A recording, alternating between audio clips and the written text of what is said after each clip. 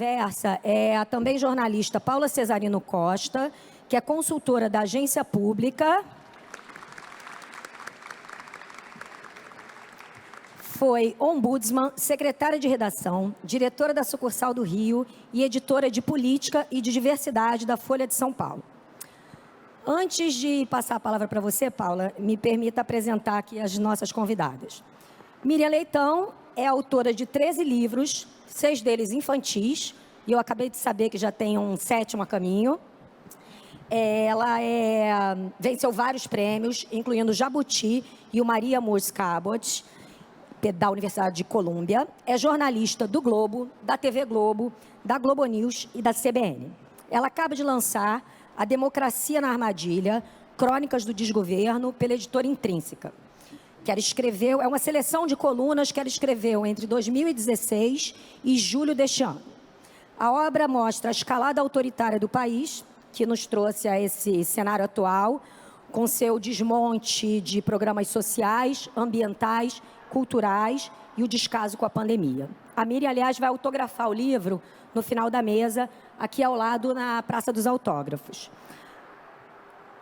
Por tudo que ela diz e escreve, a Miriam se tornou alvo de ataques, fake news e uma intensa campanha difamatória de lados antagônicos nas redes sociais. E é justamente sobre isso que Patrícia Campos Melo, outra vencedora do Prêmio Maria Moores Cabot, escreve no livro A Máquina de Ódio, Notas de uma repórter sobre fake news e violência digital, lançado pela Companhia das Letras. Repórter especial da Folha, Patrícia virou alvo sistemático de ataques desde as últimas eleições, quando denunciou o financiamento de disparos em massa de mensagens contra o PT. No livro, ela destrincha os mecanismos que disseminam conteúdos falsos, mostra como agem as milícias digitais e esclarece de que modo esse aparato abala a democracia aqui no Brasil e no mundo. Patrícia ganhou também o Prêmio Internacional de Liberdade de Imprensa do Comitê de Proteção aos Jornalistas em 2019 e atualmente é pesquisadora na Universidade de Colômbia, com um projeto justamente sobre desinformação na eleição de 2022. Ela já cobriu conflitos e crises humanitárias em vários países, mas nunca enfrentou nada parecido com o que viveu nesse Brasil polarizado. Completando o nosso time de debatedoras, Cecília Oliveira é jornalista investigativa e se dedica a cobrir violência, tráfico de drogas e de armas, além da atuação das milícias, que cresce, só faz crescer no Brasil. Hoje ela escreve no El País, ela foi repórter e editora contribuinte do Intercept Brasil, e a Cecília criou a plataforma Fogo Cruzado, que é atualmente um instituto que usa tecnologia para produzir e divulgar dados sobre violência armada em quase 40 cidades. Ela foi a única finalista latino-americana do Prêmio Repórteres Sem Fronteiras para a Imprensa de 2020, que celebra vozes intrépidas e corajosas na mídia global. Vamos ouvi-las agora, então. No fim, o público vai poder fazer perguntas e eu queria avisar vocês que embaixo das cadeiras 2 pessoas ganharam um vale livro que vocês podem buscar comigo mesma no fim da mesa, tá? Só procurar, boa sorte aí e boa mesa pra gente. Obrigado, já. Tá. Alô, alô. Bom dia, Miriam, bom dia, Cecília, bom dia, Patrícia. É uma honra e um prazer estar aqui na Bienal para discutir jornalismo e democracia com essas jornalistas incríveis. Que a nossa jornada seja leve, apesar da dureza do tema. Leve porque eu acho que o debate ajuda a refletir, a questionar, a libertar e a construir. A democracia brasileira está prestes a completar 37 anos de prática contínua, o mais longo período na história de um país marcado por rupturas. Deveria ser um momento de comemoração, mas não é. Isso porque a democracia brasileira está em declínio, como apontou uma organização governamental no recente relatório O Estado da Democracia Global. De acordo com o Instituto IDEA, com sede em Estocolmo, o Brasil foi o país que mais perdeu atributos democráticos em um ano, em razão principalmente dos fracassos no combate à pandemia, de protestos antidemocráticos, de escândalos de corrupção e de ameaças às instituições. A democracia brasileira está sob ataque, não há dúvida. E é sobre isso que a gente vai falar aqui. Democracia está sob ataque quando a saúde dos brasileiros é posta em risco por aqueles que desprezam a ciência e um modelo de saúde pública, gratuito e universal. Está sob ataque quando vacinas essenciais viram alvos de grupos oportunistas e corruptos. A democracia está sob ataque quando mais brasileiros estão deixados à margem, menos emprego, menos renda, menos assistência social, num país recordista em desigualdade. A democracia está sob ataque quando as queimadas da Amazônia são estimuladas e os dados sobre elas são fraudados. Quando comunidades indígenas são invadidas, ameaçadas e pilhadas. A democracia está sob ataque quando deliberadamente se vilipendia o processo de educação, quando se desrespeita professores e alunos em vez de estimulá-los e saudá-los. A democracia está sob ataque quando o poder tenta silenciar a crítica, quando aqueles que deveriam exercer com responsabilidade o papel de mediadores de conflito partem para a ignorância, nos atos e nas palavras. Nesse momento de crise, cabe a todos nós defender a democracia, e o jornalismo tem um papel fundamental nesse processo. As 3 jornalistas aqui presentes têm em comum o fato de serem alvo frequente de ataques de caráter pessoal e profissional, especialmente via redes sociais, provocados simplesmente por sua atuação como jornalista. Miriam e Patrícia têm em comum ainda o fato de terem sido pessoalmente atacadas pelo presidente da República, vítimas não só de truculência e grosseria, mas principalmente de notícias mentirosas divulgadas por ele. Cecília tem sido atacada e ameaçada nas redes por se dedicar a um dos temas mais graves e urgentes da realidade brasileira, a violência armada. Tema urgente, especialmente quando o presidente da República assume como política pública armar a sociedade. Pensei em encaminhar essa nossa conversa a partir dos 2 livros aqui da Miriam e da Patrícia, que são essenciais para a gente discutir esses tempos que a gente vive. Eu gostaria de começar com uma pergunta que tem, de certo modo, um aspecto mais pessoal. Eu vou perguntar primeiro a Miriam, depois a Patrícia, e, por fim, amplio a questão para a Cecília. Após os ataques pessoais e diretos do presidente da República, você se sentiu coagida ou fortalecida pela ideia de que combatia o bom combate? E, por outro lado, você acredita que, de alguma forma, esse tipo de intimidação, de ameaças, tem tido influência na atuação de jornalistas por todo o país? Para ilustrar essa questão, eu separei 2 pequenos trechos do livro da Patrícia, que eu acho simbólicos um pouco do que isso significa. É o primeiro. Quanto mais eu era atacada, mais eu entendia que havia tocado num ponto nevrálgico, que havia descoberto um pedaço da imensa estrutura de desinformação montada para manipular a opinião pública, e sabia que não podia parar. Em outro momento, ela escreve uma outra sensação. A verdade é que linchamentos virtuais funcionam como uma censura informal. Toda vez que eu vou escrever uma reportagem investigativa que envolve o governo, respiro fundo e imagino o que pode vir do outro lado. Será que vão ultrajar pessoas da minha família ou fazer memes obscenos? Penso várias vezes se vale a pena escrever. E suponho que muitos jornalistas estejam experimentando a mesma sensação e, de alguma maneira, acabem se autocensurando.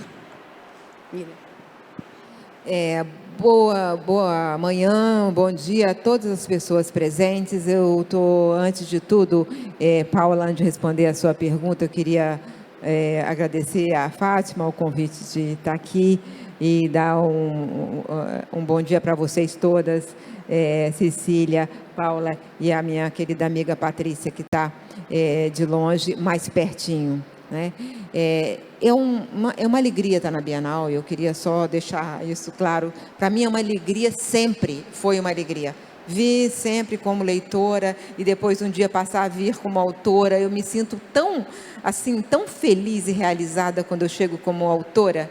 E eu tenho uma paixão pela Bienal do Rio. E ela ser realizada nesse momento de tanta contenção, tanta dificuldade.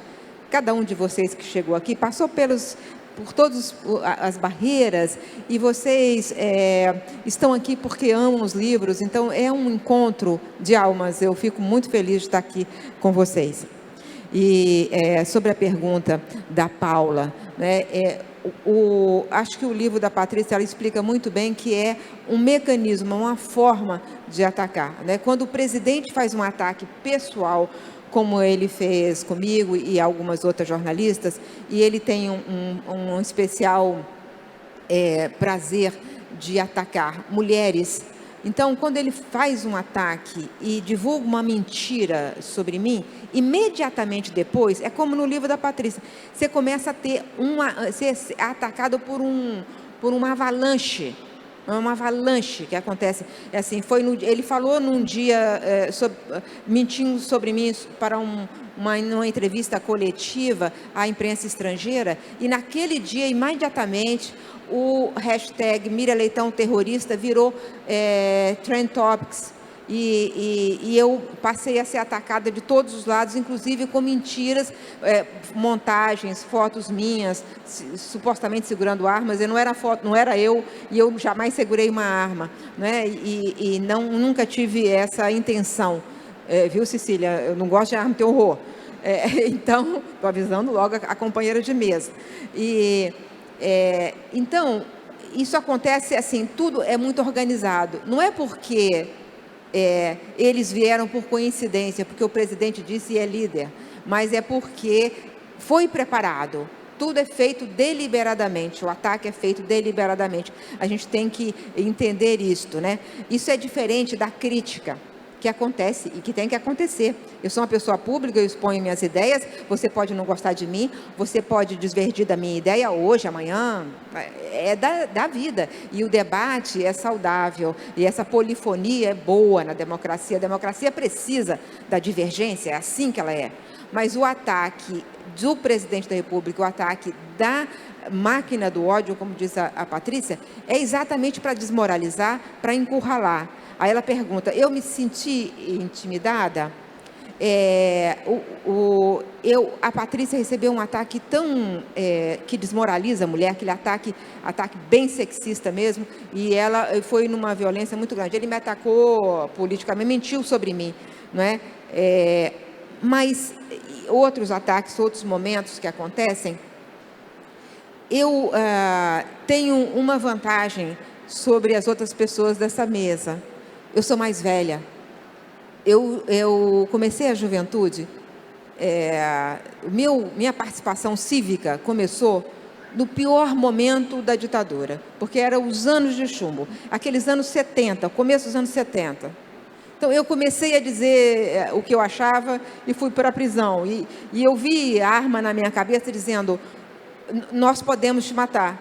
E eu sabia que aquelas pessoas não estavam blefando, elas podiam mesmo me matar.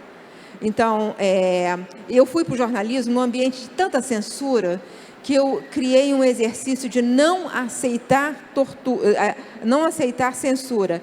Eu paro se me mandarem parar, se me pararem, mas eu vou em frente no que eu acho que deve ser. Então, é claro que é difícil, é claro que há momentos você fica assim, você fica em cima de uma cama precisando da sua família falar, não, vai em frente. Mas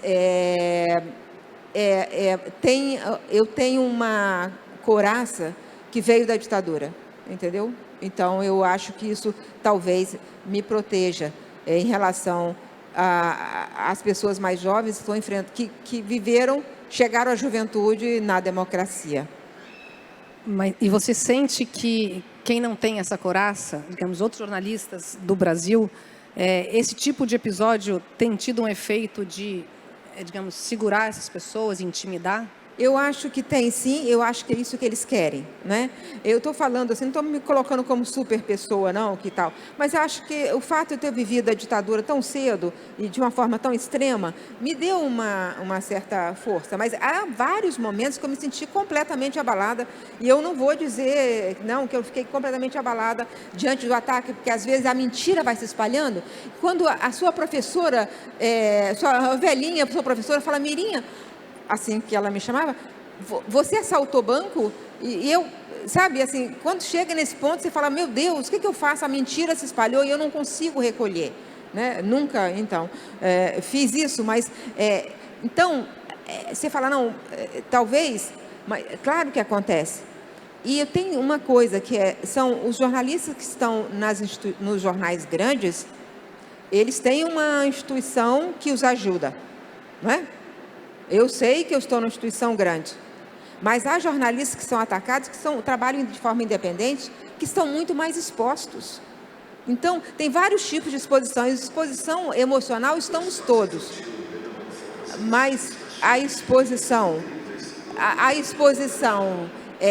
às vezes física e às vezes jurídica, é muito maior para o jornalista que trabalha sozinho, ou em grupos menores, que acontece muito, que é assim que a imprensa hoje se organiza, né? Tem essa diferença.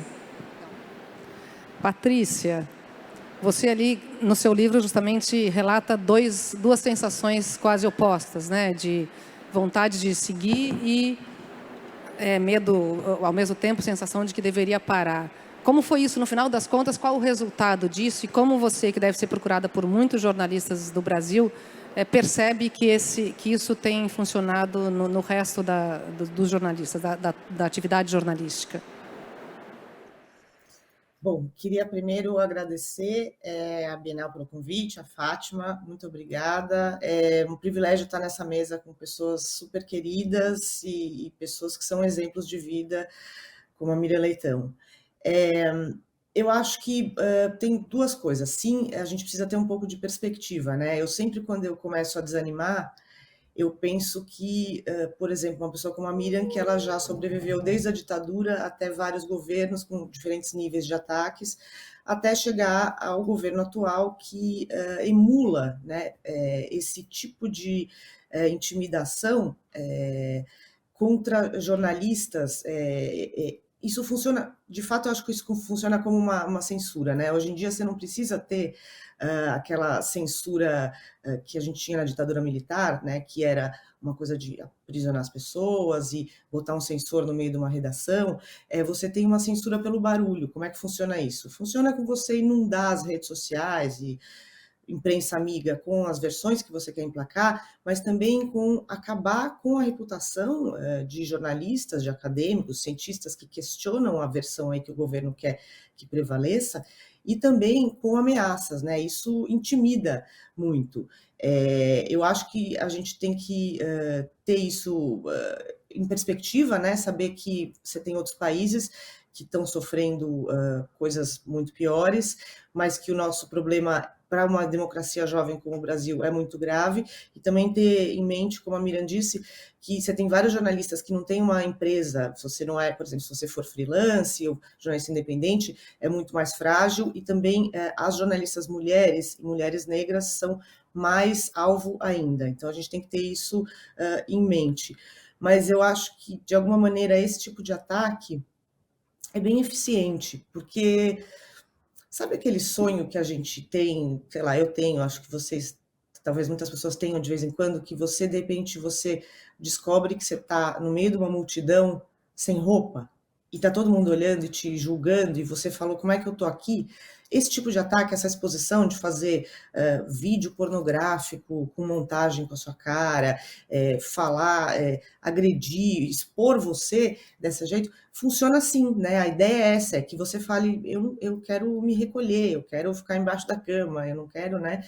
Porque... E é um negócio novo para a gente, ninguém aprendeu isso na faculdade de jornalismo, né? Eu tenho que checar os dois lados, eu tenho que ir no documento, etc. E eu preciso pensar o que eles vão atacar, qual a montagem que eles vão fazer, o que o presidente vai dizer.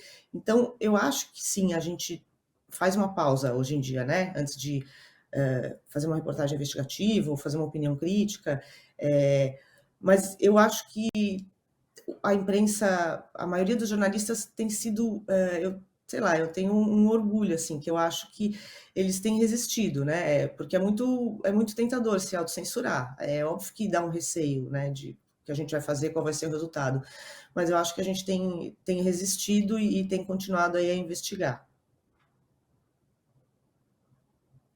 Cecília, como você vê essa questão do seu ponto de vista, que nunca foi um ataque direto do presidente, mas foram outros ataques tão ou mais violentos? Oi, gente, bom dia. Uma coisa que a gente até estava comentando lá atrás era que, tipo, hoje a milícia ela é muito vista, né? Mas não é uma novidade. Então, para a gente que já cobria a atividade das milícias no Rio de Janeiro, isso já era muito comum, né? O que aconteceu foi que esse modus operandi miliciano, ele se nacionalizou. Então, mais uma vez, o Rio de Janeiro aí na vanguarda da exportação desse tipo de produto para os outros estados.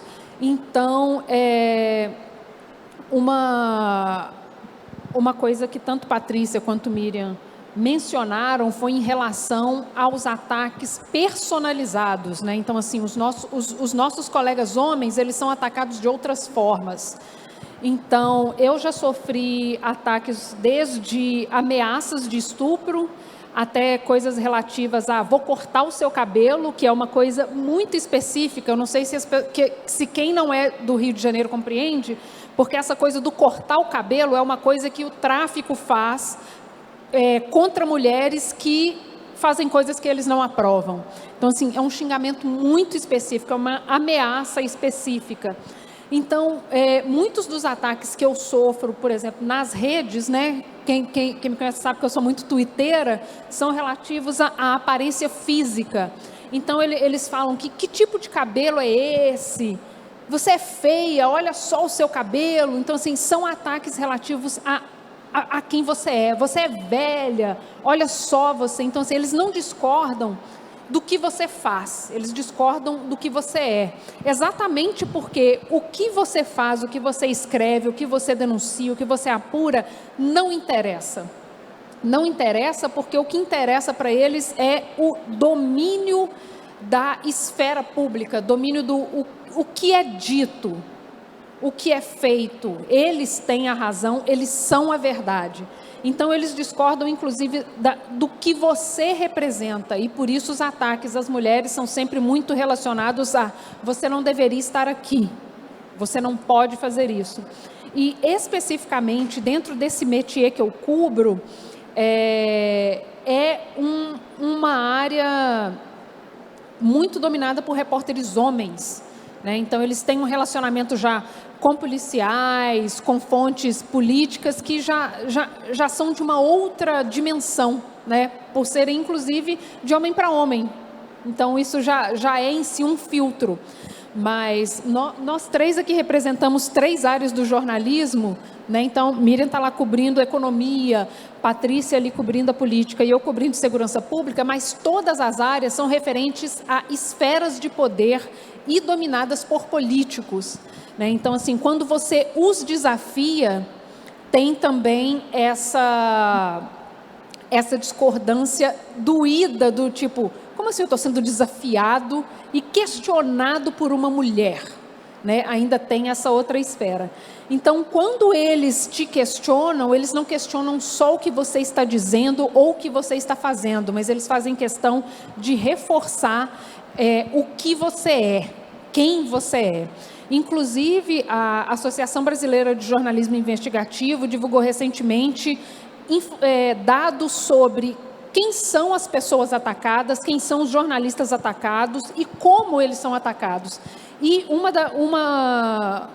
dos resultados dessa pesquisa foi exatamente de que as repórteres mulheres são, se eu não me engano, 3 vezes mais atacadas do que os seus colegas homens, e as repórteres negras ainda têm essa dimensão específica sobre a raça. Elas recebem xingamentos específicos também sobre a sua raça, além da sexualidade. Então, o atacar o mensageiro tem esse elemento ainda específico. Uma coisa que Miriam disse sobre você criar a casca, né, e resistir ali sob seu ataque, tem também esse plus quando você já está ali numa cobertura que já é mais dura, então você cria mecanismos para poder ignorar mesmo e se blindar a certas falas, a certas abordagens, e é isso. Finge que você não ouviu, finge que não está acontecendo, porque se você, inclusive, for pontuar a cada obstáculo, você não caminha, você fica para trás. Então, hoje eu já vejo mais jornalistas mulheres cobrindo segurança pública, já vejo jornalistas mulheres negras cobrindo segurança pública, que é um espaço muito caro para a gente, né? Então, quando Miriam falou que precisou resistir, e hoje eu vejo a quantidade de mulheres jornalistas que são mais, hoje em dia, cobrindo, eu consigo ver que, né, a gente está aqui porque você esteve lá. Então, é importante que a gente marque esses pontos para que a gente consiga seguir abrindo essas portas e já com esses ensinamentos. Olha, a barreira é mais ou menos assim, assim, assim, mas segue em frente, segue em frente. Então, assim, esses ataques que vêm pela internet, eu lembro que quando eu recebi esse ataque específico, que foi uma ameaça de estupro, eu falei, bom, agora passou um pouco do entre aspas, aceitável, porque o resto também não é fácil, e fui à delegacia. E aí eu falei, bom, vamos ver, né? E aí eu lembro que eu cheguei na delegacia com 2 colegas jornalistas homens que tinham sido, as mulheres das famílias deles tinham sido ameaçadas. Então, assim, não tem como fazer com você, mas vou fazer com sua mãe. Então, assim, eles ainda ampliam isso. E uma coisa que eu lembro dessa época foi que, quando eu cheguei, a delegada falou, esse cara também já me ameaçou. Aí eu pensei, bom, se ameaçou a delegada, ela está aqui me contando isso, eu tenho zero expectativa de que isso vai dar em alguma coisa. Então, assim, inclusive, os mecanismos para investigação sobre quem são essas pessoas, né, que usam da barreira do anonimato para ameaçar muitas vezes, a gente não tem mecanismos de investigação suficiente para poder saber quem são exatamente essas mulheres. Então, quem são, na verdade, essas pessoas que ameaçam. Então, assim, é muito difícil para a gente, algumas vezes, que recebem esses ataques, essas ameaças de pessoas que se escondem atrás de avatares e permanecem anônimos, porque essas pessoas, elas estão muito à frente dos mecanismos de investigação. Então, fica muito difícil condenar essas pessoas, ir atrás dessas pessoas, punir essas pessoas e evitar que elas continuem fazendo vítimas. Então, assim, essa pessoa que me ameaçou especificamente, ela já tinha ameaçado outras pessoas. E, assim, foram anos até que se achasse um deles. E, mesmo assim, se achou um deles porque a jornalista fez o seu trabalho. Então, assim, a gente fica à mercê. E quando essas pessoas são as pessoas que fazem as regras, né, é ainda mais complicado. Então, a gente saiu da esfera do ataque de um anônimo para ataque de quem detém as ferramentas que podiam parar esses anônimos, e isso se massificou. Então, quando a gente é bloqueado por essas pessoas que fazem as regras, né, é até um alívio, porque aí vocês viram, menos problemas. Mas aí, dando um passinho atrás, a gente precisa lembrar, essas pessoas não podem nos bloquear, porque são pessoas públicas e elas têm que estar ali para o nosso escrutínio. Então, né, por mais que seja assim, um alívio do ponto de vista de menos ataques, não, essa porta ela tem que continuar aberta. E eles fecham essas portas para a gente, no caso, fecham as portas para os jornalistas e fecham a porta para a democracia. Muito bom. Obrigada, Cecília. Vou ampliar um pouco para falar um pouco mais de democracia e a gente depois vai voltar mais sobre a ligação em jornalismo e democracia. A coleção de colunas da Miriam Leitão, reunidas no livro A Democracia na Armadilha, deixa um leitor entre a depressão e a perplexidade ao traçar um retrato estarrecedor sobre o atual governo e o risco que ele representa à democracia. No texto da coluna de 29 de março de 2020, você escreveu: o país foi aceitando o inaceitável. O país está lidando com um inimigo que contamina, sufoca e mata. Bolsonaro sistemática e reiteradamente subestima o perigo que nos ronda, quando deveria ser o primeiro a se perguntar o que é possível para proteger ao máximo as pessoas. Quando as instituições não reagem a tantos abusos, a democracia começa a morrer, o que sempre foi, no fundo, o seu projeto maior. A grande pergunta é o que mais o país aceitará e quais as cicatrizes que esse tempo deixará na democracia brasileira. Miriam, já dá para ter uma ideia do que mais o país aceitará? Você está pessimista ou otimista com a capacidade da reação social à democracia, à ameaça à democracia? Paula, eu tenho sentimentos mistos e vou dizer para vocês. Eu acho que o ataque à democracia diário, insistente, determinado por parte do governo, de toda a máquina governamental, quer dizer, o inimigo da democracia se instalou no coração da República. Ele domina a presidência da República e todos os meios da presidência. Nós pagamos impostos e ele usa esse poder e tudo que todo o poder que a democracia deu ao presidente, todos os espaços, todos esses instrumentos e mais os nossos impostos para atacar o que temos de precioso no nosso pacto social, né? A gente, depois da longa ditadura, a gente fez um pacto, nós vamos divergir dentro desse arcabouço. O arcabouço nosso é a democracia. E aí, debaixo disso, nós vamos ter divergências, porque é assim que é mesmo a democracia, e vamos discutir entre nós. Mas ele está fazendo o seguinte: eu quero destruir esse arcabouço, esse pacto de 88, é ele que eu quero. E ele mira, esse é o alvo principal do presidente Jair Bolsonaro. É ele que está lá atacando isso. Então, eu fico com um sentimento muito aflito. Eu consigo ter a noção clara do risco democrático. E o livro, ele começa antes do começo do governo e termina, esse livro aqui, antes do fim, porque os sinais estavam dados antes e eu escrevi sobre eles, e a gente já sabe qual é o final que ele quer.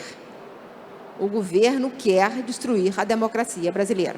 Então, é preciso dizer isso com todas as letras. Então, nisso eu estou assustada.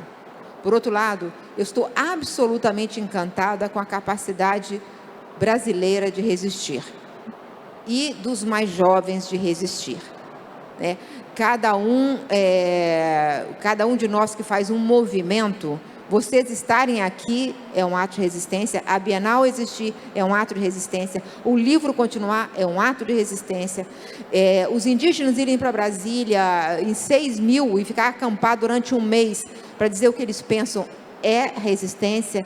A Coalizão Negra pelos Direitos está discutindo todos os pontos, inclusive assim, questões que as pessoas não tinham se refletido, como o racismo ambiental, é resistência. O meio ambiente resiste bravamente, então a resistência está em todos os lugares. Eu estou do lado de pessoas que resistem. A Patrícia resiste, e ela foi lá e nos mostrou, olha ele, olha, puxou o fio da meada. É assim que eles fizeram 2018, sabe, eles fizeram assim, eles montaram essa rede anônima que eles manipulam, a máquina do ódio. Então ela vai ali num passo a passo fazendo a radiografia de como eles operaram em 2018. Isso nos dá mais informações, né? A Cecília é uma resistente numa área tão difícil, tão árida, tão difícil. Quando você me disse, nós estamos aqui porque você foi antes, eu fiquei emocionada, Cecília, porque eu acho que você, Patrícia, Paulo, são pessoas admiráveis. Eu admiro todas as pessoas que estão aqui nessa mesa. Então, se eu fui na frente, eu fico muito feliz e isso me deixou encantada. Então, eu estou nessa divisão. A luta está sendo travada nesse momento. Quem vai vencer no final? A resistência ou quem quer destruir a democracia? Nós estamos nesse momento, nessa dúvida. Temos que fortalecer os que resistem e reduzir as divisões entre os que resistem. Porque nós vamos discutir depois. A democracia é assim mesmo. Mas agora é hora dos democratas estarem juntos, porque nós estamos enfrentando a maior ameaça em 37 anos, num patrimônio que custou muito caro ao país. Muito caro. Então, esse é um momento fundamental de não se perder nas pequenas escaramuças. Depois a gente briga, vamos ficar juntos, Vamos entender o tamanho do risco, e quando os jovens se envolvem nessa defesa democrática, eu fico numa alegria, porque eu sei que eu trago as lembranças, e os jovens não. Eles só têm o que nós dissemos, né? Então, é muito importante, mas eu vejo muita resistência, Paula. Eu fico cada vez mais encantada a cada história de resistência que eu ouço. São muitas, né? Eu devo ter pulado várias que me encantaram e que mostram como o país resiste. Eu vou dizer uma coisa, que é o Ernesto Araújo, lembra aquele ministro maluco? O ministro das Relações Exteriores, completamente fora da casinha. Ele foi e quis fazer uma lavagem cerebral nos jovens do Itamaraty, né, que estavam entrando para a carreira diplomática. Aí, a primeira turma que se formou sob o atual governo escolheu o João Cabral de Melo Neto como patrono. Isso era eles estavam falando, não, nós gostamos do velho João Cabral, diplomata, maravilhoso e tal. E depois, a segunda turma escolheu José Jobim, que foi um embaixador morto pela ditadura. Ou seja, lá no Itamaraty, resiste-se. No SUS, resiste-se. Na educação, se resiste. O país está resistindo. O país está resistindo. Vamos fortalecer a resistência. Obrigada, Miriam.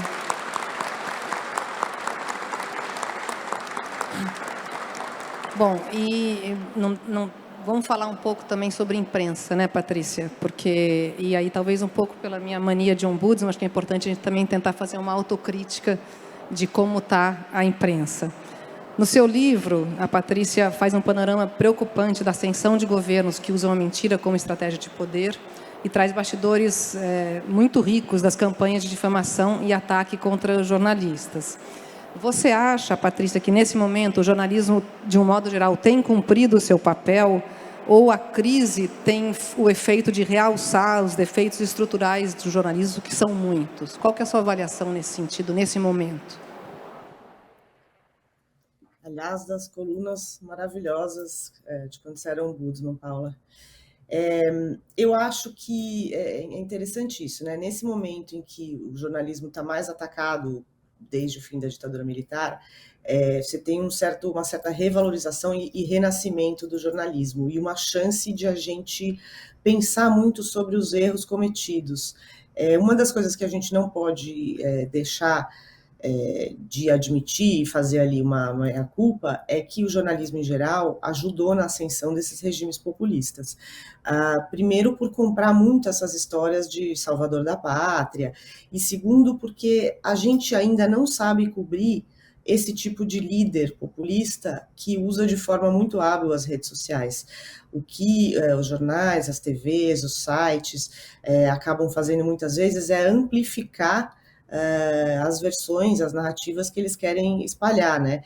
A gente pode pensar, por exemplo, nos Estados Unidos em 2016, o então candidato Donald Trump, ele tinha horas e horas de transmissão dos comícios dele, falando o que ele queria, sem nenhum tipo de checagem, né? Era só ali você tendo aquela pessoa muito exposta na mídia, né? Aqui também, com o então candidato Jair Bolsonaro, o jeito que a gente cobria e em grande parte ainda cobre, né? Cada declaração que seja racista, homofóbica, que cause revolta, toda a imprensa vai atrás e cobre isso, em vez de estar cobrindo, sei lá, por que caiu o PIB, por que a gente está estagnado, o que estão fazendo no IBGE, né? Todas essas coisas, a gente cai nessa armadilha deles de moldarem a narrativa, né? De pautarem o ciclo de notícias. Então, em vez de estar todo mundo examinando, olha, a renda encolheu, como é que as pessoas estão fazendo para comer, as pessoas estão falando, mas ele falou isso, esse absurdo, aí ele postou isso. Tendo dito isso, eu não acho que a gente pode se dar o luxo de não cobrir, né? Eu não tenho uma resposta, tenho mais perguntas, porque essas pessoas, sejam presidentes, legisladores, eles governam, legislam pelas redes sociais, né? E eles usam esse tipo de instrumento para fazer política, para pautar temas. Então, a gente tem que cobrir isso, mas o grande desafio é como cobrir isso sem fazer isso de uma forma pouco crítica e sem amplificar ainda mais. Tem umas discussões, por exemplo, tem um jornal nos Estados Unidos, em Cleveland, que ele fala de silêncio estratégico. Quando eles percebem que tem políticos que estão usando isso só para manipular a imprensa, né, só para pautar a imprensa, fazer ali uma cortina de fumaça, eles fazem o que eles chamam de silêncio estratégico. Eu acho a ideia é nobre, só que eu não sei se isso funciona ou é viável, né? A gente não pode se dar o luxo de não cobrir, porque ao mesmo tempo, se você não cobre, não dá nenhum destaque a isso, você normaliza, né? Você fala, bom, ele falou isso, mas então eu vou ignorar, mas aí é como se fosse normal, né? Ou como se ele não estivesse estabelecendo políticas a partir disso. De forma geral, eu acho que é um momento... A gente tem uma oportunidade de consertar vários erros e manter esse ganho de credibilidade que a imprensa teve, eu acho, algumas pesquisas mostram, durante a pandemia, né? Porque as pessoas iam buscar ali no meio de um mar de desinformação, de sites YXZ falando de cloroquina, as pessoas queriam um pouco uma referência, né? Uma fonte que é uma fonte de informação, veículo de notícias, que é profissional, que ele faz, o trabalho dele é checar as informações, ouvir todos os lados. Então, a gente deveria deveria aproveitar esse ganho de credibilidade e capitalizar em cima disso. Uma das principais coisas a gente cobre algumas coisas de forma muito pouco crítica, né, de forma muito ingênua, engolindo ali tudo quanto é informação. A gente pode citar cobertura que muitos dos veículos fizeram da Lava Jato, por exemplo. Então, acho que é um momento importante da gente vigiar muito. A gente sempre vigia o governo, né, como prestação de serviços, vigiar também como a gente está cumprindo esse papel de ser o vigia, né? A gente tem que tomar muito cuidado para não repetir erros, cobrir coisas de uma forma muito pouco crítica, só ali de olho também a assuntos que atraem leitores, telespectadores. Eu acho que é um momento importante de... Uma vez que é um momento em que a imprensa está mais atacada desde o fim da ditadura militar, mas que houve um ganho de credibilidade pelo trabalho que muitos jornalistas fizeram durante a pandemia, por exemplo, e mesmo em relação ao governo Bolsonaro, para a gente fazer uma autocrítica e nunca mais cair nessa tentação de cobrir uma coisa de forma muito pouco crítica, de ir só ali reproduzindo, sem fazer um exame mais detalhado. Legal. Essa questão aí da cobertura imprecisa, parcial e tal, acho que vem muito na área em que você atua, né, Cecília? Porque você criou o Fogo Cruzado, que é um instituto que transformou a cobertura da violência no Rio, que é um laboratório que usa tecnologia e metodologia para produzir informações sobre violência armada, com o objetivo, como vocês dizem lá, de fortalecer a democracia através da transformação social e da preservação da vida. Quer dizer, a violência sempre foi uma área coberta sempre com um viés, né, de um lado. Então, isso é uma mudança que tem muito a ver com o surgimento de novas vozes de comunicação, quer dizer, a voz da comunidade, para citar o próprio René, as vozes de levantamento de dados independentes que a grande imprensa, de uma certa forma, ou não queria ou não conseguia ouvir.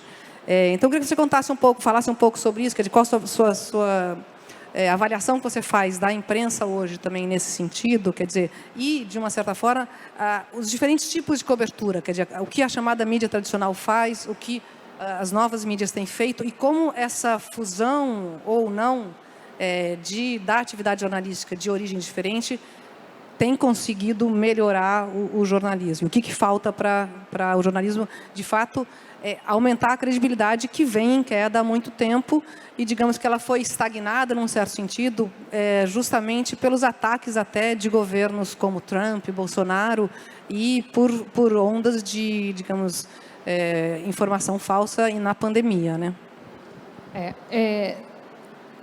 Eu estava prestando atenção no que você disse quando você abriu a mesa, que você falou sobre a importância dos dados, inclusive, das informações. Depois, Miriam falou sobre essa questão do jornalismo e democracia. E isso, eu estava pensando exatamente nesse ramo onde eu trabalho, tem esses dois problemas, que existem lugares no Brasil onde a democracia nunca chegou. Não existe. Isso é uma coisa absolutamente utópica.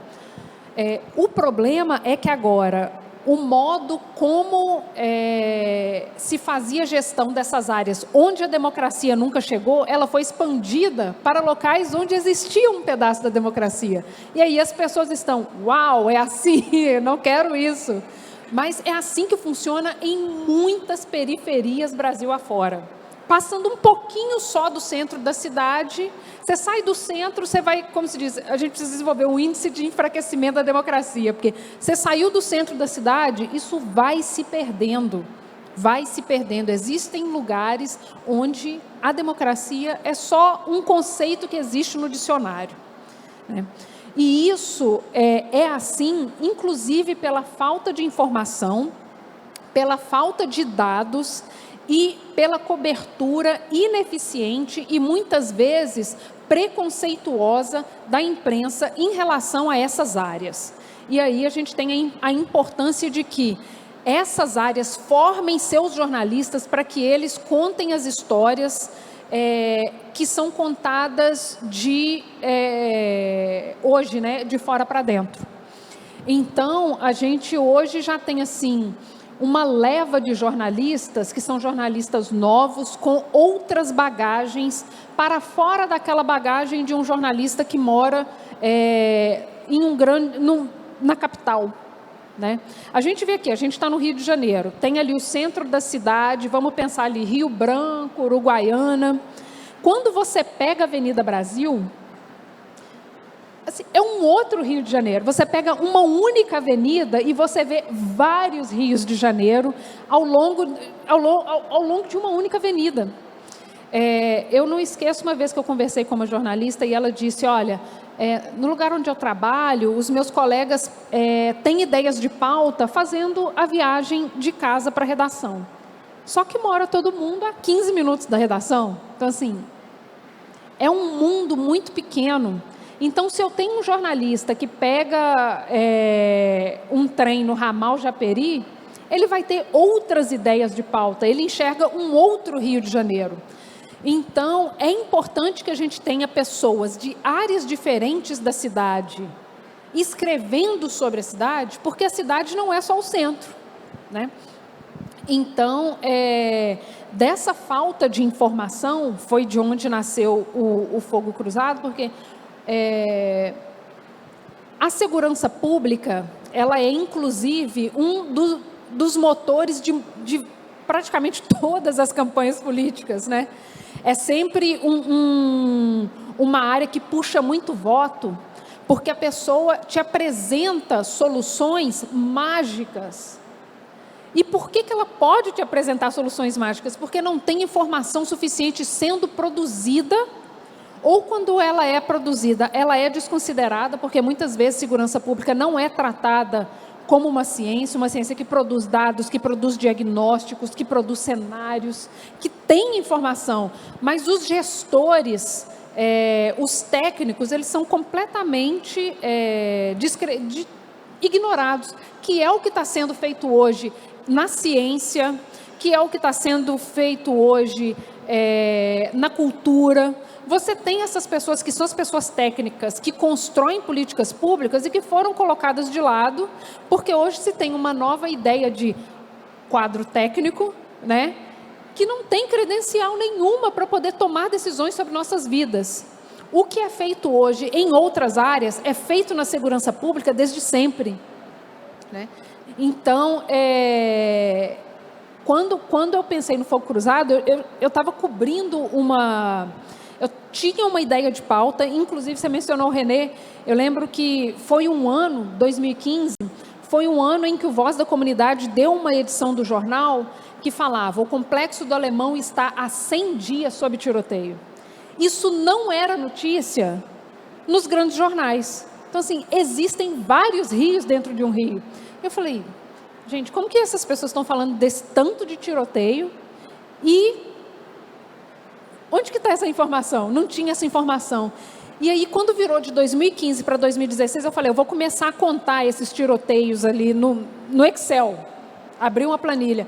Mas isso pensando dentro da minha própria bolha, né? Era uma época que o Facebook ainda era muito ativo e tudo. E aí, eu sozinha conseguia mapear 8, 10 tiroteios e meu mundinho, a minha bolha era só minha bolha. E aí, dessa planilha, né? E aí passamos aí 5 anos, né? 2016 para cá. Hoje, no Fogo Cruzado, a gente consegue mapear 20 indicadores de violência armada. E hoje, como eu tenho essa cabeça de jornalista, eu consigo enxergar, olha, falta isso, vamos fazer isso aqui para entregar para a imprensa. E hoje a gente vê coberturas jornalísticas concorrendo ao Prêmio Vladimir Herzog, ao Prêmio Gabo, que é um dos maiores da América Latina, usando dados do Fogo Cruzado. Que é isso. Então, assim, hoje a gente colocou na mesa da discussão da segurança pública uma informação que estrategicamente não existia.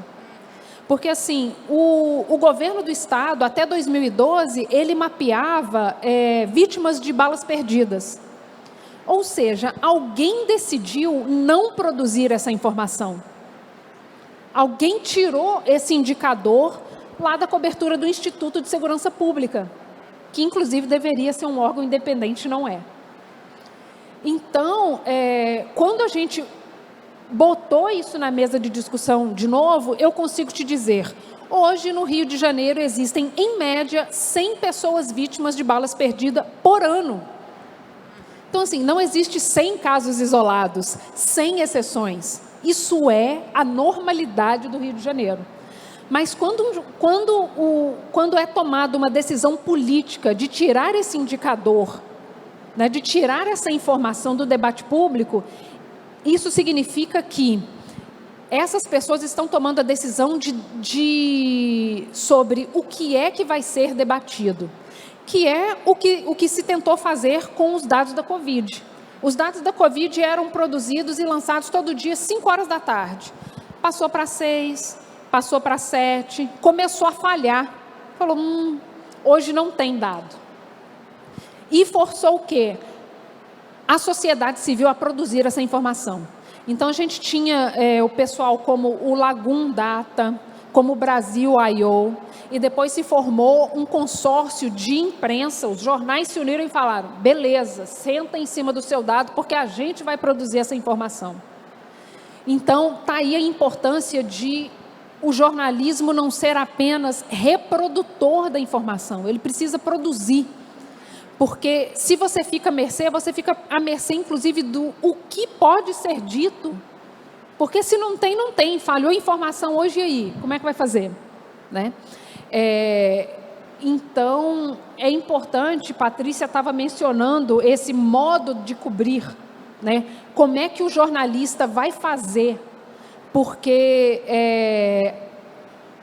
quando a gente saiu do rádio para a TV, décadas atrás, houve um momento de transferência, né? Foi gradual. Mas o que a gente viveu de 10 anos para cá, de 5 anos para cá, é uma transformação muito rápida para que o nosso modelo de fazer jornalismo acompanhasse, inclusive. Então, as pessoas que trabalham com jornalismo online, elas têm um fazer jornalístico diferente, porque elas tiveram que se adaptar muito rapidamente ao modo e à velocidade que a informação transita. Então, Patrícia estava falando sobre esse silêncio estratégico. Ontem eu li uma notícia, que era, Bolsonaro come pastel na feira. Tipo, por quê? A gente sabe. E era um vídeo. Então, assim, isso é assessoria de imprensa. A gente não precisa falar que o cara está comendo um pastel, ainda coloca um vídeo. Ou seja, a gente está ajudando o cara, olha, a construir a sua imagem pública de, olha o cara humilde, comendo pastel da feira no domingo.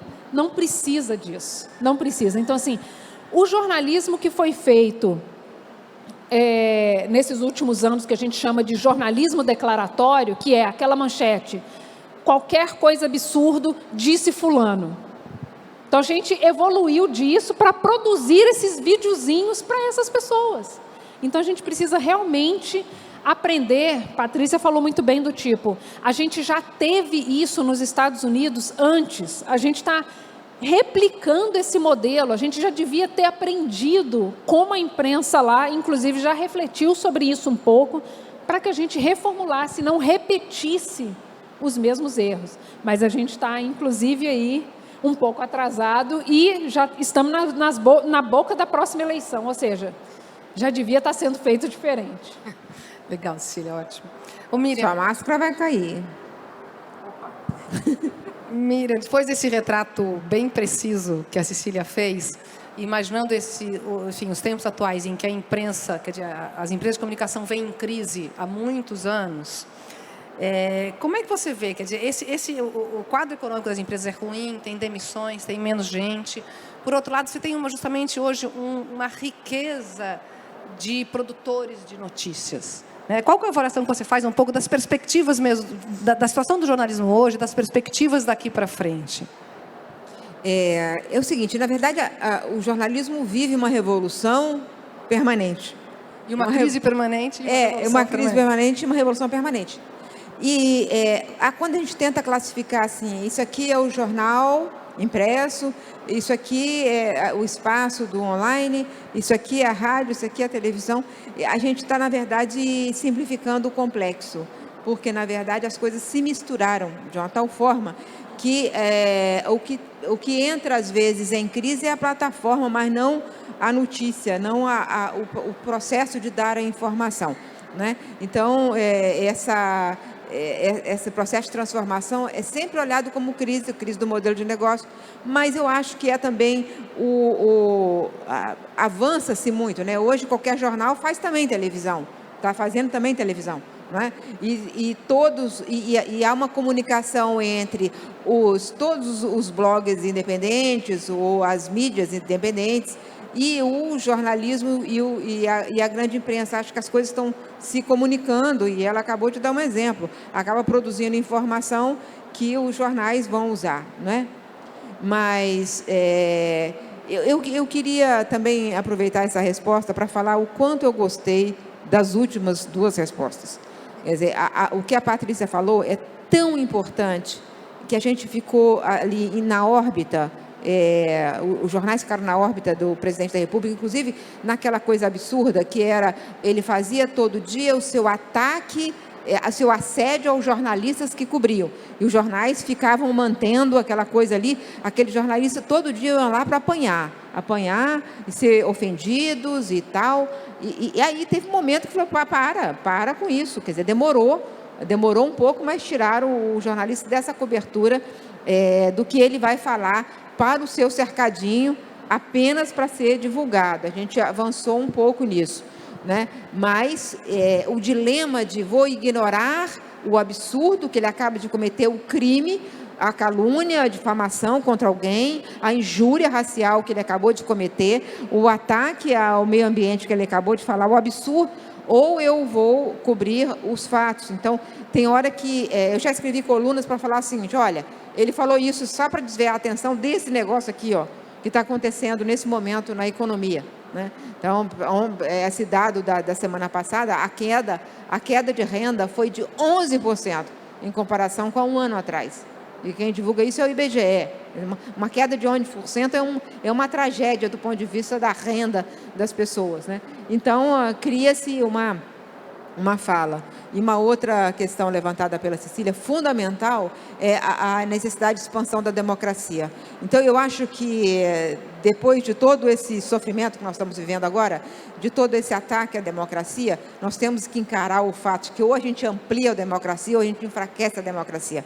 Ou a gente, né, vai não aceitar que espaços do país sejam dominados por tiranias, não democráticas, aquilo que você falou do índice, de perda do índice da consistência democrática, conforme você vai andando pelo Rio de Janeiro,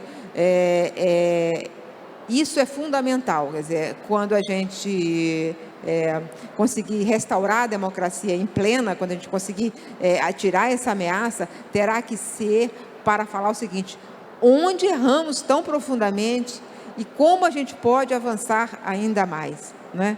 É isso que é importante. E, enquanto isso, eu acho que os jornais, a imprensa, a televisão, as emissoras e tal, eles vão mudando e vão continuar mudando. Vão perder renda, vão perder receita, vão encontrar uma outra fonte de receita. O que realmente preocupa é tanta demissão e aí tanta gente tendo que fazer dobrado muita coisa e aí não tem o tempo necessário para fazer bem feito, né? Então, assim, a gente vê na redação, às vezes, as pessoas esmagadas pela incapacidade de se dedicar a uma questão com o cuidado que o assunto exige, né? Ao mesmo tempo, o jornalismo que se multiplica e tem tantas outras frentes, mas vive um momento de escassez, quer dizer, a gente não ter, mesmo na área literária, né? Cadê o espaço literário na grande imprensa, né? Muito pouco. E aí surge o quê? Todos os influenciadores que hoje as editoras procuram os influenciadores porque eles falam, olha, leia esse livro, eu li esse livro e tal. E tudo isso é maravilhoso, né? Isso é uma maravilhosa janela que se abre, né? Então, a transformação na imprensa é o permanente, é o fator permanente. Nós vamos, a mudança é o constante. Nós vamos continuar mudando. E aí, como que a gente, nessa mudança, preserva o essencial, que é a qualidade da informação que a gente entrega para a sociedade. Obrigada, Miriam. Bom, antes de passar para as perguntas do público, eu queria propor uma rodada entre vocês, rápida, de cada uma perguntando para a outra, com respostas um pouco mais breves para ter tempo para o público. Então, eu sugiro que a Miriam pergunte para a Cecília, que depois pergunta para a Patrícia, que depois pergunta para a Miriam. Tá bom? Tá bom. Eu vou perguntar para a Cecília o seguinte. Cecília, nós temos uma política de Estado de aumentar o armamento, né, as armas à disposição. O presidente da República disse naquela reunião, que todo mundo assistiu, graças ao ministro Celso de Mello, o seguinte: vamos escancarar essa questão do armamento. E você, que faz todo o trabalho do mapeamento para informar de onde vem as armas, que tem feito esse minucioso trabalho, como é que a gente vai lidar com essa avalanche de armas que está chegando? Eu vou fazer essa pergunta para você, mas como eu sou mais velha, eu vou fazer uma subversão. Eles não me chamam de subversiva? Subversiva. Eu quero perguntar para a Paula também. Paula, você é primeira diretora de diversidade de um grande jornal brasileiro. Nós temos visto um pouco mais de diversidade nas redações. Eu entrei em redações que eram brancas e masculinas, com uma ou outra mulher. Depois eu vi a invasão das mulheres e agora eu vejo chegar mais negros e negras. Você tem otimismo diante disso? Nós vamos avançar mais nisso que a gente tem que construir, que é a imprensa cada vez mais parecendo com a sociedade brasileira? Então é isso. Fiz logo duas e você não sabia que ia ganhar e ganhou. Vou lá. Você falando nessa questão da idade, Miriam, eu olhando o pessoal, que estou achando o pessoal meio jovem, eles não vão lembrar que, não é nem antigamente, não, ali 80 e poucos, se vendia armas em lojas de departamento, né? E era muito comum, assim, você abrir o jornal, abrir sua revista preferida e tá ali os anúncios sobre modelos de armas que você poderia comprar. Hoje, quando você vê propaganda de bolsa, você vê propaganda de armas. E era muito comum as pessoas, assim, mortas em briga de trânsito, briga de bar. Era, assim, muito comum. E hoje a gente já está vendo essas mesmas notícias de volta. A gente viu as pessoas sendo ameaçadas com armas porque não queriam usar máscara. Porque o pedido do delivery atrasou. E a pessoa foi ameaçada com uma arma. Então, assim, aquilo que se vivia em 70, 80, está de volta. E a gente ainda não tem noção do quanto isso está de volta, porque a gente ainda não tem os dados sistematizados sobre isso. A gente sabe que já ultrapassamos a marca de 1 milhão de armas nas mãos de civis. Hoje em dia, tem mais armas nas mãos de civis do que nas mãos das Forças Armadas. E, ao mesmo tempo em que essas armas vão para as ruas, os mecanismos de controle foram enfraquecidos. Então, é mais difícil rastrear essas armas, saber onde é que elas estão. Hoje em dia, por exemplo, o Estatuto do Desarmamento vai fazer 20 anos. Regras que foram estabelecidas há 20 anos não foram implementadas e já foram revogadas.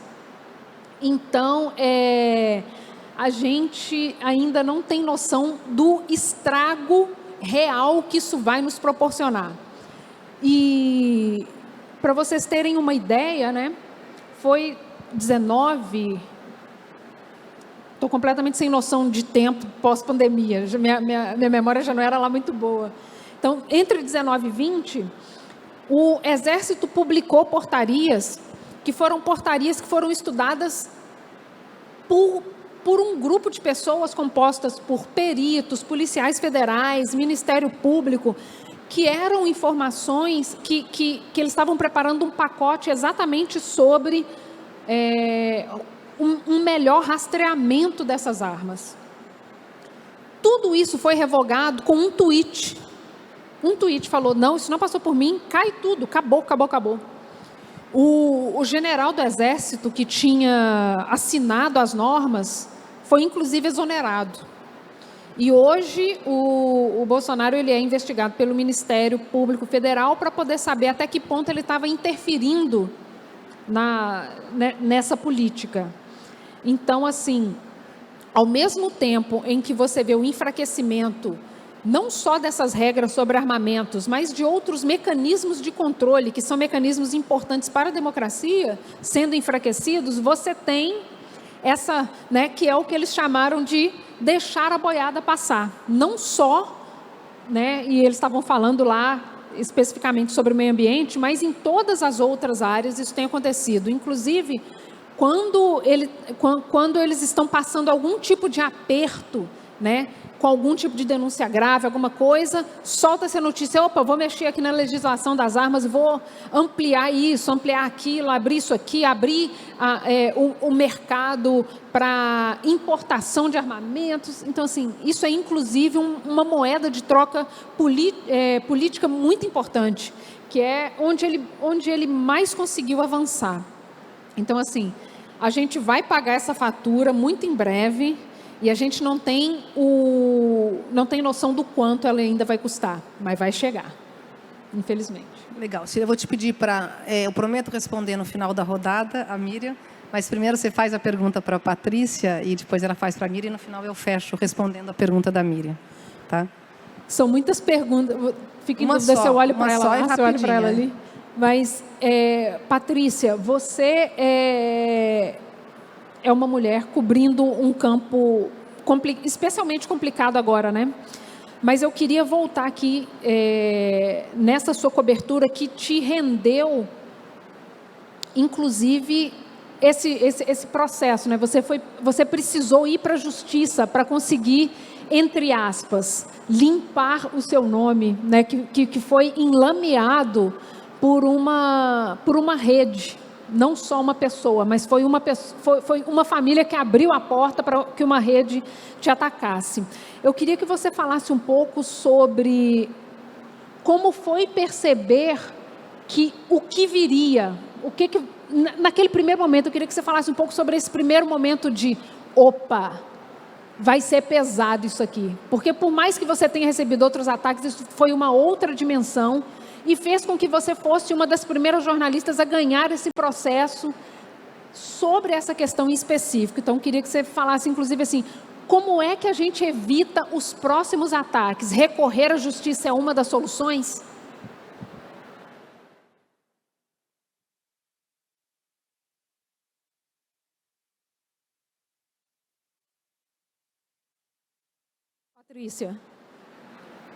Patrícia, a gente não está te ouvindo.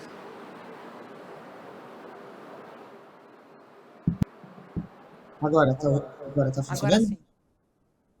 Gente, essa é a frase mais comum, né, hoje em dia. Não estamos te ouvindo. Não, queria agradecer, Cecília, a tua pergunta e queria só fazer um comentário de uma coisa que você falou antes, que eu acho muito importante, essa coisa de que a democracia vai decrescendo quanto mais longe você vai do centro, né, quando você vai indo para a periferia, da gente sempre tem em vista que é isso, né? A democracia, a gente está tendo uma democracia ameaçada, mas que você tem uma grande parte da população que nunca nem sequer teve democracia. Tem uma frase, vou parafrasear, não sei exatamente, do Viveiros de Castro, que é assim, a gente hoje em dia discute aquecimento global, o fim do mundo como nós conhecemos, pensa nos indígenas, né, que o mundo deles acabou em 1500. Então, a gente sempre tem essa outra perspectiva do que está acontecendo hoje, né, de que nem todo mundo saiu do mesmo lugar. Em relação ao processo, primeiro eu queria só fazer uma ressalva, também a ver com isso, que eu estou numa situação privilegiada, porque eu sou funcionária CLT de uma empresa e eu pude recorrer à assistência jurídica dessa empresa. Você tem milhares, milhões de freelances ou pessoas que estão num outro regime de trabalho que não têm essa assistência jurídica. Inclusive, falar que a Associação Brasileira de Jornalismo Investigativo pode ajudar com isso para jornalistas que se sentirem que acharem que tem que recorrer à justiça. A decisão de fazer isso foi muito difícil, né? Porque, assim, o jornalista não processa ninguém, né? Assim, antes de começar tudo isso, eu nem nunca tinha sido processada, não é um negócio que a gente não quer nenhum protagonismo, você não quer entrar na história, você quer manter a sua posição. Só que o que foi acontecendo foi tão avassalador, né? Uma coisa que, depois que o deputado Eduardo Bolsonaro falou isso no plenário da Câmara, né, repetiu ali essa informação mentirosa, a gente apresentou todas as provas de que era mentira, a gente abriu, foi transparência total, com áudios, com transcrição de tudo, e continuaram dizendo, e uma semana depois o próprio presidente Jair Bolsonaro foi lá e falou, fez uma menção ali de novo, a gente viu que isso não ia parar, e que se a gente não fizesse nada, era uma sinalização de que tudo isso era normal, né? Assim, eles já vinham agredindo sistematicamente a Miriam, a Vera Magalhães, a Constança Rezende. Você teve N casos, jornalistas homens também, sempre é um pouco diferente o tipo de agressão, né? E o grau de agressividade, mas estava ficando cada vez mais como se eles pudessem fazer qualquer coisa, né? Que tudo bem, isso faz parte. Então, o cálculo foi esse. Se a gente não fizer nada, eles vão continuar fazendo isso vai se amplificar e a gente vai dar sinalização que tudo isso é normal. Não que tenha brecado de alguma forma, porque, por exemplo, um pouco depois de a gente ganhar em primeira instância no processo contra o deputado Eduardo Bolsonaro, ele foi ali uma semana depois num podcast e repetiu a mentira para milhões, acho que eram, sei lá, 2 milhões de ouvintes, era uma coisa bizarra. Então, assim, mas assim, foi necessário pontuar, foi necessário dizer, olha, isso aqui, a gente está vendo o que está acontecendo, vocês estão fazendo isso sistematicamente com muitos jornalistas. Chegou num ponto que acho que, eu não fui nem a primeira, nem a mais grave, mas acho que foi um momento em que teve as pessoas se uniram ali, as mulheres principalmente, para dizer, gente, isso não é aceitável. Então, processar foi uma maneira de pontuar e dizer, isso não é normal e não é aceitável. E a gente não vai aceitar isso. Agora você faz a pergunta para a Miriam.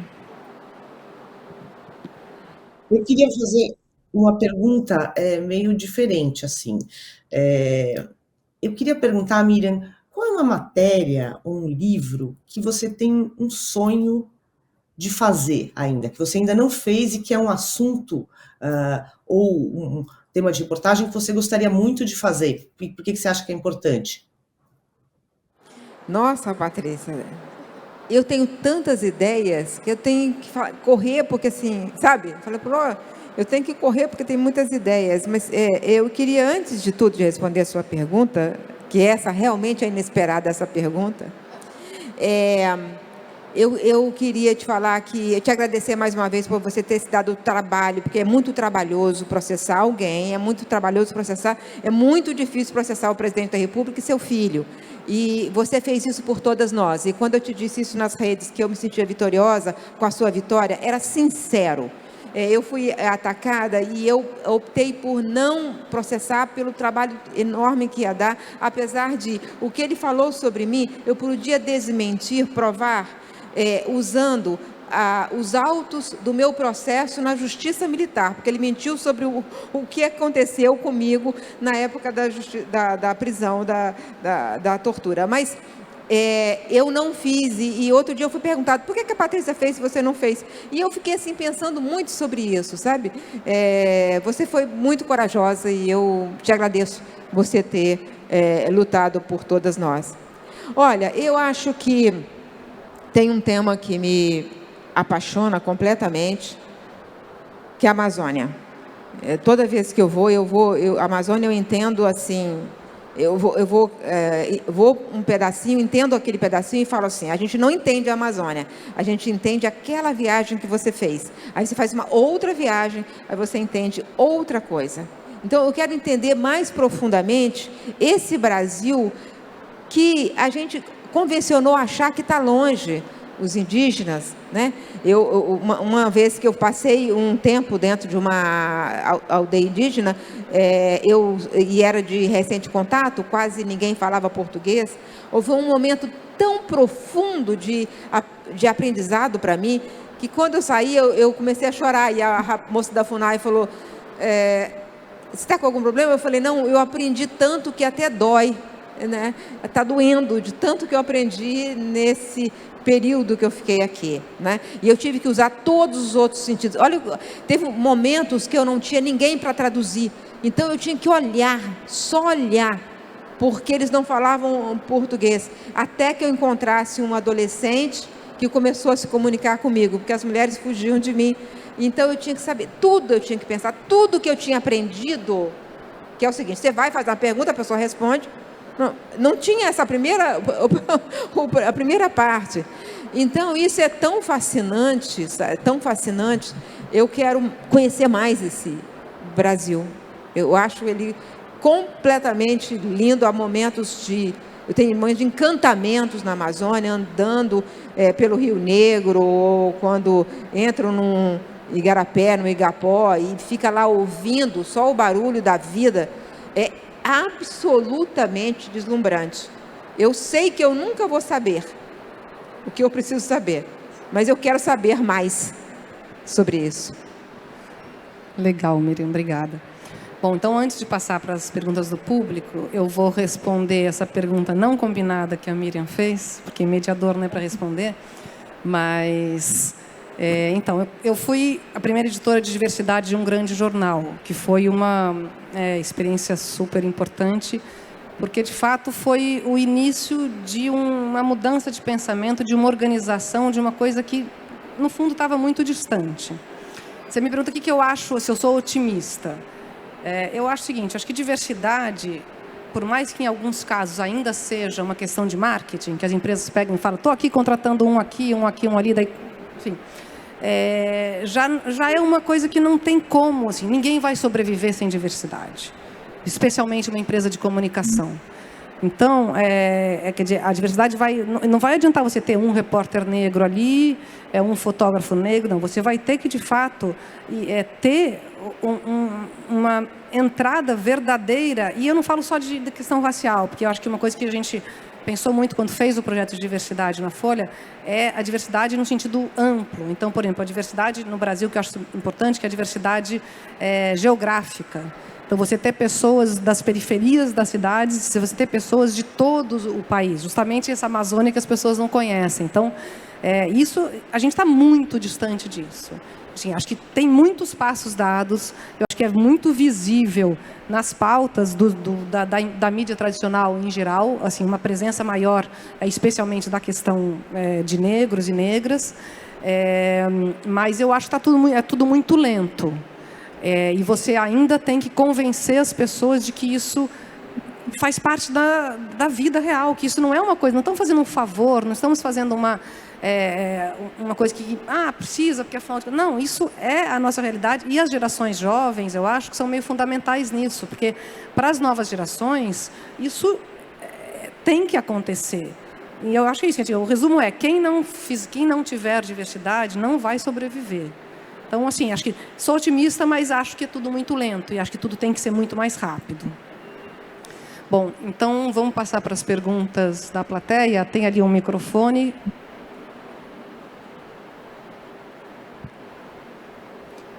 Peço só que as pessoas sejam bem objetivas na pergunta, tá?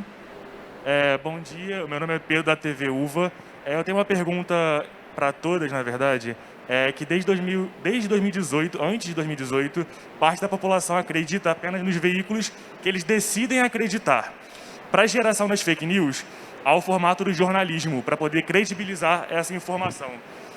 Eu queria que vocês pudessem comentar como vocês veem esse paradoxo por parte da população que não acredita no jornalismo, mas produz suas fake news baseadas no formato jornalístico. Obrigado.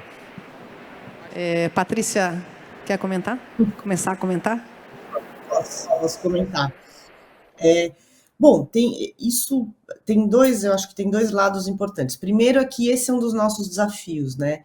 É muito mais confortável para todo mundo, seja de que lado ideológico você for, de consumir informação só que corrobora suas crenças, suas opiniões.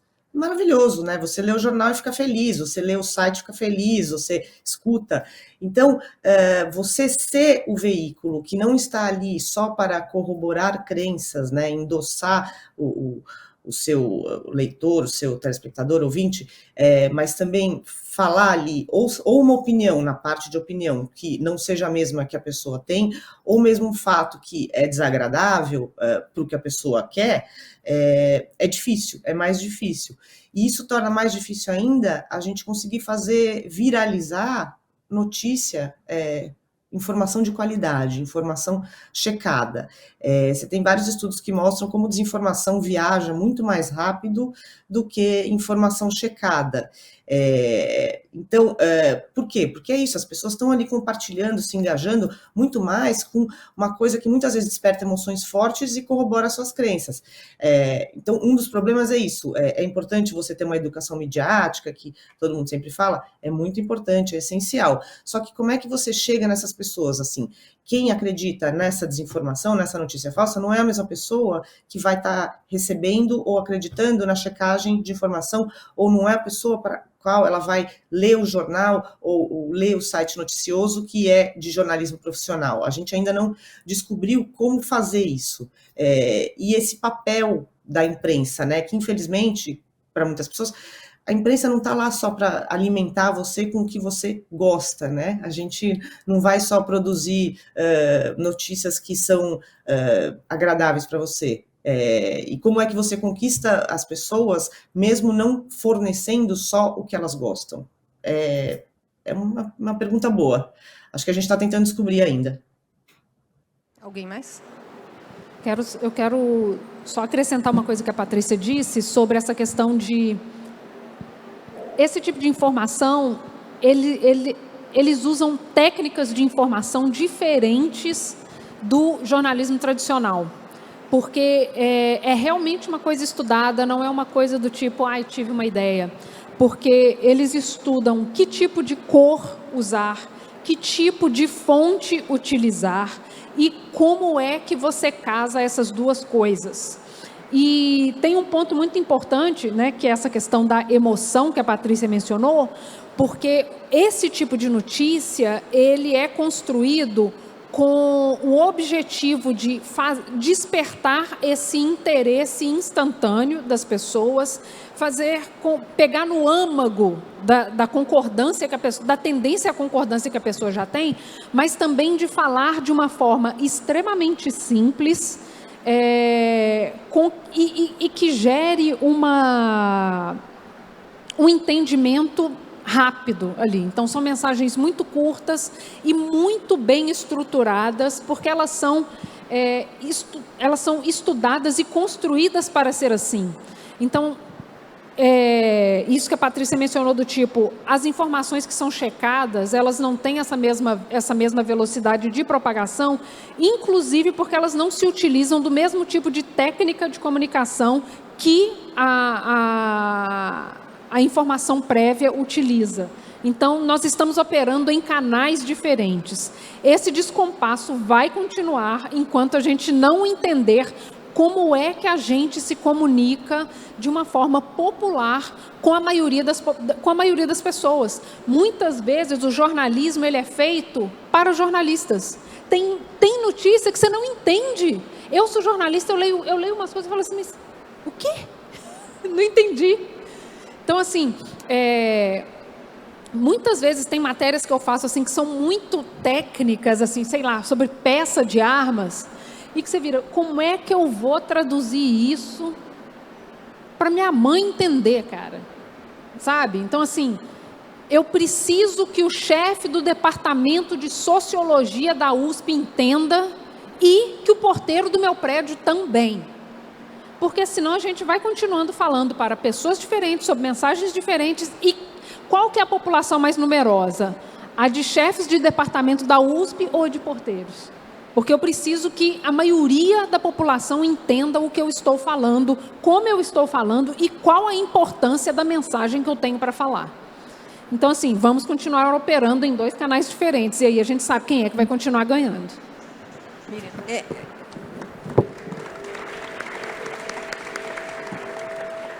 Só para acrescentar um ponto, a imprensa se engajou muito na informação sobre a pandemia, dando esclarecimento o tempo todo. Enquanto você tinha uma rede de desinformação alimentada pelo próprio presidente e todos os seus asseclas, inclusive ele pessoalmente, agora começou um novo inquérito, né, por ligar a vacina à AIDS, e então ele fez a campanha anti-vacina, esses canais dominados produziram uma quantidade enorme de fake news sobre vacina, e os brasileiros se vacinaram.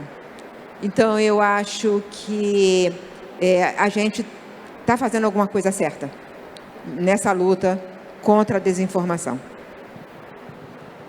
Próxima pergunta. Boa tarde. Primeiro, eu queria agradecer muito a aula que eu tive da Miriam, da Patrícia, da Cecília. É uma honra estar aqui acompanhando jornalistas maravilhosos com uma trajetória tão rica. E eu queria me ousar a fazer 2 perguntas, na verdade. Uma pergunta para a Miriam e uma para a Patrícia. Miriam, você comentou bastante sobre a sua trajetória com o jornalismo na ditadura. E foi um momento em que a democracia ela passava por uma escassez que é diferente do momento atual, apesar de serem 2 momentos de arroubos autoritários pelo governo federal. Eu queria primeiro entender o que você enxerga de similaridades e de diferenças nesses 2 momentos. Claro que são regimes diferentes, mas tem aspectos que convergem. E tem uma frase famosa que fala de 15 em 15 anos, a gente esquece os últimos 15 anos. Queria saber se você avalia que daqui a 15 anos a gente vai esquecer o que a gente está passando nesse momento. Eu não sei se eu faço junto. Pode fazer junto? Não, melhor a Miriam responder primeiro. Tá bom. Olha, eu acho que o Brasil não esquece, não. Sabe, assim, na minha área da economia, por exemplo, cada vez que a inflação sobe, eu vejo a reação da sociedade, em geral, de rejeição do governo, porque ele responsabiliza o governo por trazer de volta esse inimigo que a gente venceu. Venceu lá em 94, depois de lutar muito, a sociedade se envolveu muito nessa luta. O que há de semelhança? A gente tem o que era a ditadura? A ditadura era tudo, estava sendo tudo dominado pelo governo e as pessoas resistindo nos seus pontos.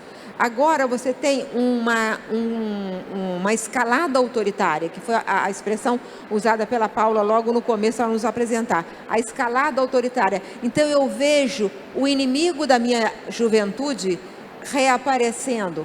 Ele ainda não tem o controle, mas ele fica mais forte a cada período que passa desse governo, porque ele está agora dominando a cada uma das instituições. Então ele coloca a Polícia Federal, aí ele vai controlar o Ministério da Justiça, aí ele desmonta o IBAMA, aí ele vai aos poucos desestruturando tudo que a gente foi construindo. Você tem que entender que a democracia não é um Estado, é um movimento, não é? A gente não chega assim, agora eu tenho democracia, acabou. Não, a gente vai construindo, é porque com democracia fica mais fácil discutir que eu preciso da demarcação da terra indígena, que eu preciso de cotas raciais na universidade, eu preciso de um programa como Bolsa Família que vai incluir da transferência de renda para os mais pobres. Então, assim, é um debate constante e avanços, né? Às vezes retrocesso e avanço. Esse momento é um momento que está desmontando o que a gente avançou. A gente avançou muito em governos diferentes, que até se enfrentaram na arena política, às vezes ferozmente e tal, mas eles às vezes se complementavam. Esse governo é o primeiro governo que desmonta, ele vai desmontando uma por uma das conquistas da democracia. Ainda não é a ditadura, mas esse é o projeto do presidente.